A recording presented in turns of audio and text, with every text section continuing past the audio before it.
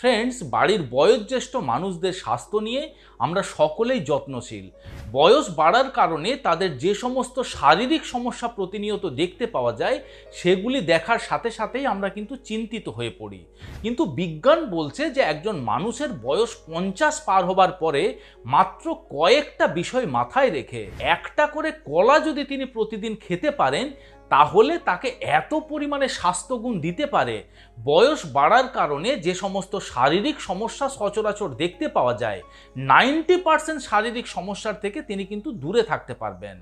নমস্কার, আমি কৃষ্ণার্জুন মুখার্জি আর আপনারা দেখছেন আপনাদের ইউটিউব চ্যানেল হেলথক্রিপশন।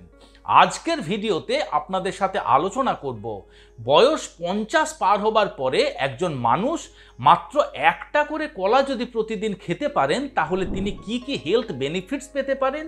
আমরা আলোচনা করব যে বয়োজ্যেষ্ঠ মানুষরা কলা খাওয়ার ক্ষেত্রে কোন কোন বিষয়গুলি তারা অবশ্যই মনে রাখবেন, অর্থাৎ কলা কোন কোন বিষয়ে তাদের এড়িয়ে চলতে হবে, এই বিষয়টি তাদের জানা প্রয়োজন। দেখুন, বয়োজ্যেষ্ঠ মানুষদের মধ্যে বেশিরভাগ ক্ষেত্রে কোনো না কোনো হার্টের সমস্যা খুবই কমনলি দেখতে পাওয়া যায়। কলার মধ্যে রয়েছে প্রচুর পরিমাণে পটাশিয়াম, যে পটাশিয়াম আপনার শরীরের অতিরিক্ত সোডিয়ামকে শরীরের বাইরে এলিমিনেট করে দেয় এবং রক্ত চলাচলের জন্য যে সমস্ত শিরা বা ধমনীগুলি রয়েছে সেগুলিকে শিথিল করে রাখে, সহজে যাতে রক্ত চলাচল করতে পারে সেদিক থেকে সাহায্য করে এবং আপনার রক্তচাপকে নিয়ন্ত্রণে রাখতে সাহায্য করতে পারে। এছাড়া কলার মধ্যে রয়েছে প্রচুর পরিমাণে ম্যাগনেসিয়াম, যে ম্যাগনেসিয়াম আপনার ব্লাড সার্কুলেশনের আর্টারিগুলিকে এবং হার্টের মাসেলগুলিকে প্রোটেক্ট করে রাখে, সেগুলিকে হেলদি রাখে, তাদের কার্যক্ষমতা আরও অনেক বেশি বাড়িয়ে দেয়। আবার কলার মধ্যে রয়েছে প্যাকটিন নামক বিশেষ এক ধরনের সলিউবেল ফাইবার, যে প্যাকটিন আমাদের শরীরে কোলেস্টেরলের অ্যাবজর্পশনকে কম করে রক্ত থেকে কোলেস্টেরলের মাত্রাকে কম করতে সাহায্য করতে পারে। এছাড়া কলার মধ্যে রয়েছে flavonoid, phenolic acid, vitamin E, carotenoids, vitamin C, এগুলি আমাদের শরীরে অ্যান্টিঅক্সিডেন্টের মতন কাজ করে আমাদের রক্ত থেকে এলডিএল বা খারাপ কোলেস্টেরলের মাত্রাকে কম করে এবং এইচডিএল বা ভালো কোলেস্টেরলের মাত্রাকে বৃদ্ধি করতে সাহায্য করতে পারে। তাই আপনার হার্ট হেলথকে প্রোটেক্ট করার জন্যও কিন্তু আপনি প্রতিনিয়ত কলা খেতে পারেন। আবার বয়োজ্যেষ্ঠ মানুষদের মধ্যে হজমের সমস্যা, কোনো খাবার খেলে সহজে হজম হয় না, গ্যাস্ট্রিকের মতন সমস্যা হয়, অ্যাসিডিটির মতন সমস্যা হয়, এই প্রত্যেকটি ক্ষেত্রে কিন্তু কলা আপনাকে জাদুর মতন উপকারিতা দিতে পারে। তার কারণ সর্বপ্রথম কলার মধ্যে যে প্যাকটিন নামক সলিউবেল ফাইবার রয়েছে সেটি আপনার হজম ক্ষমতাকে যেমন বৃদ্ধি করতে সাহায্য করতে পারে, ঠিক একইভাবে কলা আপনার স্টোমাক অ্যাসিডকে নিউট্রালাইজ করে। তার ফলে অ্যাসিডিটি বা হার্টবার্নের মতন যদি সমস্যা হচ্ছে সেই সমস্যার সমাধান করতে সাহায্য করতে পারে এবং কলা বয়োজ্যেষ্ঠ মানুষদের পেটের মধ্যে একটা ল্যাক্সেটিভ এফেক্ট দিতে পারে। তার ফলে বয়স বৃদ্ধির সাথে সাথে কোষ্ঠকাঠিন্যের যে সমস্যা দেখতে পাওয়া যায় সেই সমস্যার থেকেও সেই মানুষটি ধীরে ধীরে বেরিয়ে আসতে পারবেন। এবং কলার মধ্যে ফ্রুক্টো অলিগোস্যাকারাইড নামক বিশেষ এক ধরনের কম্পাউন্ড রয়েছে, যেটি আমাদের গাটের মধ্যে যে সমস্ত উপকারী ব্যাকটেরিয়াগুলি রয়েছে সেগুলি খেয়ে জীবন ধারণ করতে পারে এবং সেই সমস্ত উপকারী ব্যাকটেরিয়াগুলি বংশ বিস্তার করতে পারে এবং সেই সমস্ত উপকারী ব্যাকটেরিয়ার মাত্রা যত আমাদের গাটের মধ্যে বৃদ্ধি পাবে, আমাদের হজম ক্ষমতা বৃদ্ধির সাথে সাথে সেই বয়োজ্যেষ্ঠ মানুষটির ইমিউনিটি পাওয়ার বা রোগ প্রতিরোধ ক্ষমতাও অনেকখানি বেড়ে যাবে। আবার বাড়ির গুরুজনদের মধ্যে হাড়ের সমস্যা খুবই কমনলি আমরা দেখতে পাই। হাড়ের সমস্যা বলতে হাড় দুর্বল হয়ে পড়ে, হাড় ভঙ্গুর হয়ে যায়, জয়েন্টগুলি দুর্বল হয়ে যায়, জয়েন্টের ফ্লেক্সিবিলিটি কমে যায়। এই প্রত্যেকটি ক্ষেত্রে কিন্তু কলা তাকে অত্যন্ত উপকারিতা দিতে পারে। তার কারণ বয়স বাড়ার সাথে সাথে ইউরিনের মধ্যে দিয়ে ক্যালসিয়াম বেরিয়ে যাওয়ার প্রবণতা অনেক মানুষের মধ্যে দেখতে পাওয়া যায়। কলার মধ্যে যে পটাশিয়াম রয়েছে সেই পটাশিয়াম আপনার শরীরে ক্যালসিয়ামকে ধরে রাখে এবং ক্যালসিয়ামের অ্যাবজর্পশনকে বৃদ্ধি করতে সাহায্য করতে পারে, যেটি আপনার বোন ডেন্সিটিকে মেনটেন করে বা আপনার হাড়কে মজবুত করে রাখতে সাহায্য করতে পারে। এছাড়া কলার মধ্যে রয়েছে প্রচুর পরিমাণে ম্যাগনেসিয়াম, যে ম্যাগনেসিয়ামও আপনার শরীরে ক্যালসিয়ামের অ্যাবজর্পশনকে বাড়িয়ে দেয়, হাড়ের নতুন সেল তৈরিতে সাহায্য করে এবং ম্যাগনেসিয়ামের অভাবের জন্য বেশিরভাগ বয়োজ্যেষ্ঠ মানুষদের হাড়ের ভেতরের দিকে যে ম্যাট্রিক্স রয়েছে সেই ম্যাট্রিক্স দুর্বল করে ফেলে। আপনি যদি প্রতিনিয়ত কলা খেতে পারেন সেক্ষেত্রে সেই সমস্যা থেকেও আপনি অনেকখানি দূরে থাকতে পারবেন। এছাড়া কলার মধ্যে রয়েছে প্রচুর পরিমাণে ভিটামিন সি, যে ভিটামিন সি আমাদের শরীরে কোলাজেনের প্রোডাকশনকে বাড়িয়ে দেয় এবং কোলাজেনের প্রোডাকশন বৃদ্ধি পাওয়ার সাথে সাথে আপনার জয়েন্টগুলি প্রোটেক্ট থাকে, জয়েন্টের যে কোনো প্রকার সমস্যার থেকে আপনাকে ধীরে ধীরে বার করে নিয়ে আসতে সাহায্য করতে পারে। তাই সবে মিলেমিশে আপনার হাড়ের যে কোনো প্রকার সমস্যা কিন্তু কলা সমাধান করতে পারে। আবার বয়স বৃদ্ধির সাথে সাথে এনার্জি লেভেল ধীরে ধীরে ডাউন হয়ে যাওয়া, কোনো কাজে মনোনিবেশ করতে না পারা, এগুলি কিন্তু খুবই কমনলি দেখতে পাওয়া যায়।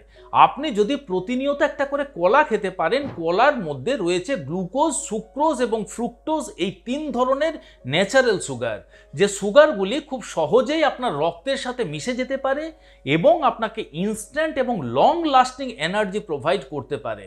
আপনি যদি প্রতিনিয়ত একটা করে কলা খেতে পারেন, কলার মধ্যে থাকা পটাশিয়াম, ম্যাগনেসিয়াম এবং অন্যান্য ভিটামিনস, মিনারেলস এবং অ্যান্টিঅক্সিডেন্টগুলি আপনার এনার্জি লেভেল, আপনার স্ট্যামিনা এবং আপনার ভাইটালিটিকে ইনক্রিজ করতে সাহায্য করতে পারে।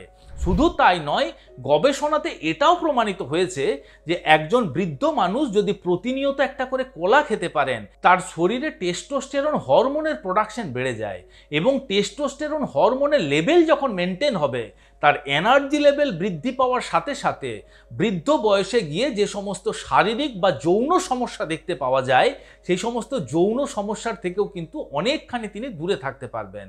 বয়স বৃদ্ধির সাথে সাথে বয়োজ্যেষ্ঠ মানুষদের মধ্যে দেখবেন যে তিনি যেন সবসময় খিটখিটে হয়ে রয়েছেন, কোনো কথাই তার পছন্দ হচ্ছে না, তার রাগ যেন সবসময় সপ্তমে উঠে রয়েছে। এছাড়া আবার এমনও দেখতে পাওয়া যায় যে অনেক মানুষ রয়েছে তারা অল্পতেই ভাবুক হয়ে যান, তারা অল্পতেই তাদের চোখ দিয়ে জল গড়িয়ে পড়ে। এই সমস্ত সমস্যার থেকেও কিন্তু কলা সেই মানুষটিকে অনেকখানি দূরে রাখতে সাহায্য করতে পারে। তার কারণ কলার মধ্যে রয়েছে প্রচুর পরিমাণে ট্রিপ্টোফ্যান, যে ট্রিপ্টোফ্যান আমাদের শরীরের মধ্যে যাওয়ার পরে সেরোটোনিন এবং মেলাটোনিন হরমোনে কনভার্ট হয়ে যায়। সেরোটোনিন হরমোন হ্যাপি হরমোন, যখন সেরোটোনিন হরমোনের মাত্রা বৃদ্ধি পাবে তখন কিন্তু এই সমস্ত মানসিক অবসাদের থেকে সে মানুষটি ধীরে ধীরে বেরিয়ে আসতে পারবেন। এবং যখন মেলাটোনিন হরমোনের সিক্রেশন তার শরীরে বৃদ্ধি পাবে, অনিদ্রা বা ইনসোমেনিয়ার সমস্যা, যেটি বৃদ্ধ বয়সে খুবই কমনলি দেখতে পাওয়া যায়, সেই সমস্যার থেকেও কিন্তু তিনি মুক্তি পেতে পারেন। আবার বয়োজ্যেষ্ঠ মানুষদের মধ্যে মাংসপেশি দুর্বল হয়ে যাওয়া, মাংসপেশি শিথিল হয়ে যাওয়া, মাঝে মাঝেই মাংসপেশির মধ্যে ক্র্যাম্প আসা, প্রচুর পরিমাণে ব্যথা অনুভব করা, এই সমস্ত জিনিসগুলি খুবই কমনলি দেখতে পাওয়া যায়। কলার মধ্যে থাকা প্রচুর পরিমাণে এবং ভরপুর মাত্রাতে ম্যাগনেসিয়াম আপনার মাংসপেশিগুলিকে সবল রাখে, মাংসপেশিগুলিকে হেলদি রাখে এবং মাংসপেশির ক্র্যাম্পকেও কম করতে সাহায্য করতে পারে। এ তো জানলাম যে প্রতিনিয়ত একটা করে কলা খেলে আপনি কি কি উপকারিতা পেতে পারেন। এখন আমরা জানবো যে বয়োজ্যেষ্ঠ মানুষদের কলা খাওয়ার আগে কোন কোন বিষয়গুলি অবশ্যই মনে রাখা উচিত। যে সমস্ত বয়োজ্যেষ্ঠ মানুষদের কিডনি সঠিকভাবে কাজ করে না, তারা শরীরের অতিরিক্ত পটাশিয়ামকে ইউরিনের মাধ্যমে শরীরের বাইরে বের করে দিতে পারে না, তার ফলে রক্তে পটাশিয়ামের মাত্রা বৃদ্ধি পেতে থাকে। যেহেতু কলা একটি উচ্চ পটাশিয়ামযুক্ত ফল, তাই যদি সেই উচ্চ পটাশিয়ামযুক্ত ফল খায় এবং সেই মানুষটির যদি হাইপার ক্যালেমিয়া বা রক্তে পটাশিয়ামের মাত্রা আগের থেকে বেশি থাকে, তখন কিন্তু তার রক্তে অতিরিক্ত মাত্রাতে পটাশিয়াম বেড়ে যাওয়ার জন্য তার বিভিন্ন প্রকারের হার্টের সমস্যা হতে পারে। হার্টের সমস্যা বলতে আমাদের হার্টের যে ইলেকট্রিক্যাল সিগন্যাল রয়েছে সেটি ব্যাহত হয়, তার ফলে হার্টবিট কখনো ফাস্ট হতে পারে, কখনো স্লো হতে পারে এবং অতিরিক্ত সমস্যার ক্ষেত্রে মানুষটির কার্ডিয়াক অ্যারেস্টের মতন সমস্যা হতে পারে, যার পরিণতি কিন্তু মৃত্যু। তাই যদি আপনার রক্তে পটাশিয়ামের মাত্রা বেশি রয়েছে, সেক্ষেত্রে কিন্তু প্রতিনিয়ত কলা খাওয়া উচিত নয়, বা বয়োজ্যেষ্ঠ মানুষরা যদি কলা খাচ্ছেন তার আগে মেকশিওর করে নেওয়া উচিত যে তার কিডনি সঠিকভাবে ফাংশন করছে কিনা বা তার রক্তে পটাশিয়ামের মাত্রা বেশি রয়েছে কিনা। যদি ডায়াবেটিসের সমস্যা রয়েছে সেক্ষেত্রেও কিন্তু পাকা কলা চিন্তা ভাবনা করে খাওয়া উচিত।